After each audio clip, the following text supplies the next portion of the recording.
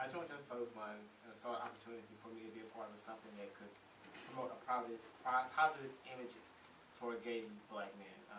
I'm from Houston. I'm from Texas. We all know it's the South and very conservative there, and there are not very many positive assortments with African American gay men. So, becoming a part of this organization, I saw as a chance for me to initiate and be a part of a movement in which positive light can be shaded on our community. And ever since then, it'll be 9 years in March that I've been working to promote that image. And like she said, like everyone says, it's a part of a brotherhood, and people who think alike, who have the same mission in mind of moving forward with the organization. I joined Alpha Psi Kappa 6 years ago, and at that time I joined the organization because I wanted to be part of a catalyst for change. I wanted to be a part of an organization that redefined what society saw as dominant lesbian women. They have many stereotypes, and I wanted my organization to be a part of the movement to change how society saw us. So that's the reason why I joined. Don't stop crying. I know, I'm gonna keep it together. I joined KSI 4 years ago, July 27, 2007 at 10:07 p.m.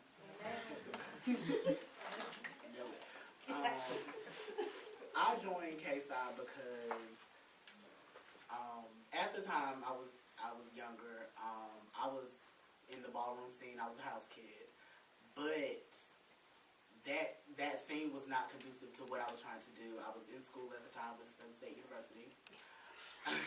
So HBCU. Okay. I was majoring in social work and psychology, and I knew that I wanted to do more, and it just seemed like within the ballroom scene, it wasn't a whole lot about education. It was more like going to the balls, and I wasn't into the whole stealing stuff to go to a ball, and I don't do stunts and shows because I don't do jail. I found out about KSI through a friend. Someone sent me an email saying, hey, I think you might be interested. I looked it up, put in an interest application. Like 12 hours later, I was actually called by the then president.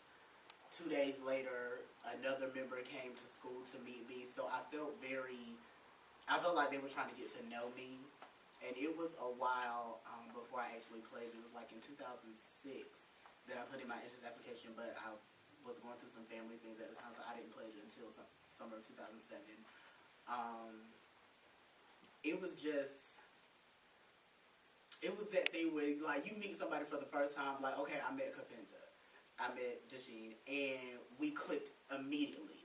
And that's how it was with KSI. We clicked immediately. I found myself laughing with them, talking about my boyfriends, talking about my ex-boyfriends, talking about what I wanted to do in school, and it was just, it flowed.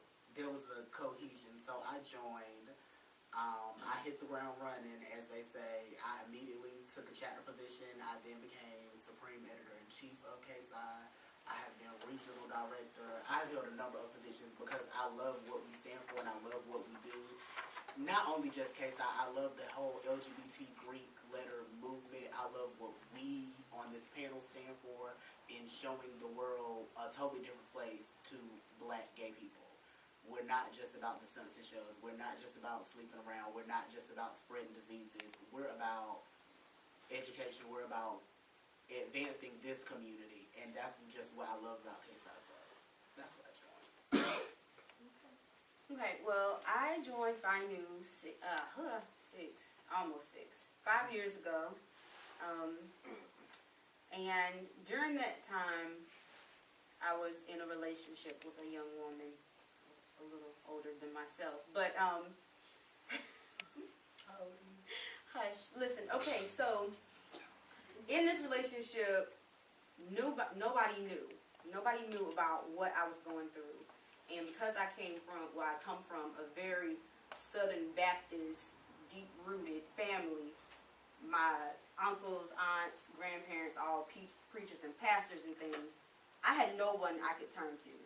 And outside of my cousin, and she was the only person who knew that I was going through these struggles with this woman and trying to identify myself and what I saw myself be or become. And so one day, sitting at work, I was just like, okay, I gotta talk to somebody. I need an outlet. And I Googled lesbian sororities. And of course, as I mentioned earlier, there was Beta Phi Omega, OE Pi, and Phi Nu Kappa popped up immediately. And I went through and I looked at the websites, submitted interest applications to all three because I figured, hey, do my research, get to know these ladies, see who calls me back, whatever. And Phi Nu Kappa was it. I fell in love with the members who called me immediately, the ladies who reached out to me. One of them told me her whole life story in like a 45-minute phone call, and I was just like, if she can do that for me, she don't know me, I could at least open up myself a little bit and share myself and what I'm going through with her. And so over a period of about, I want to say maybe 4 months, because they had actually started an intake process, and she told me, she was like, hey, we're in the middle of an intake process, but hold your horses, I'll get back with you, and once we're done with this, because she was the president of the chapter at the time, she was like, I'm going to call you. And I waited. And during the time while I was waiting, so many other things was happening. And when I finally got that phone call and that email that said, hey, Kristen, are you still interested? I was just like, you're my grace. Like, nobody else from that point forward, none of the other organizations reached out to me the way Phi Nu reached out to me. And from the time I got that email to the time I had my first set to the time I crossed, and to this day I love Phi Nu for everything. Because I do service now, I did service then, and now it just gives me a greater understanding and a more warm feeling to help others, such as my friend Kenny and Capricia and Isis, do more for their community than they may have done prior to joining the organization. Your question, Jeff. Okay, I'm going to take it back to question number 4. What is a lesbian to do when they identify with both stud and femme? Do you have any advice on how to choose the proper sorority or fraternity? I mean, is it shaped like, let's just say, for example, I'm interested in the film group, where they saw me more as, more masculine, but then I go over to the masculine group and they saw me more as feminine. I mean, any advice on, or have I experienced any of that? I'll go first. With Phi Nu Kappa, honestly, it's what organization you feel best with. First of all, you decide which organization fits your mode first.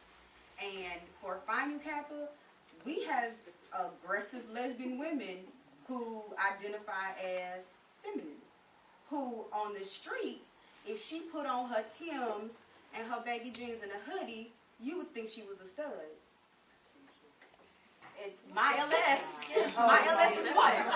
And when we go to national events, she's one of those girls where I ain't putting on no skirt, I ain't putting on no pumps. I wear my slacks and I wear some flats. I might put on a little frou-frou shirt or whatever, but I'm not gonna do all this. So don't ask me to, and we respect that. So you're accepting, accepting of all feminine and aggressive. Yes, well, if that's how, if you find that Phi Nu Kappa fits you, or whichever organization fits your mode and what you feel like best suits you, then you pursue it. And Phi Nu Kappa, we don't turn you away. We don't turn you away. Even if you want to come and be like, look, this is what I'm gonna do now. Like, I'm gonna be a stud now. You still my soror. You can still wear baby blue and lavender. Like, hey, I'm cool with you. Let's kick it, cause I don't have no problem. I could, if I like to research, and just like she said, it all depends on what you want. Research all organizations, because there are many organizations out there that they don't care. So it's more specific to what you're looking for. Specifically what you're looking for. There is no, they're not strictly dominant, they're not strictly feminine. It's just, you're gay, come on in. It doesn't matter. So it's just a matter of you doing your research.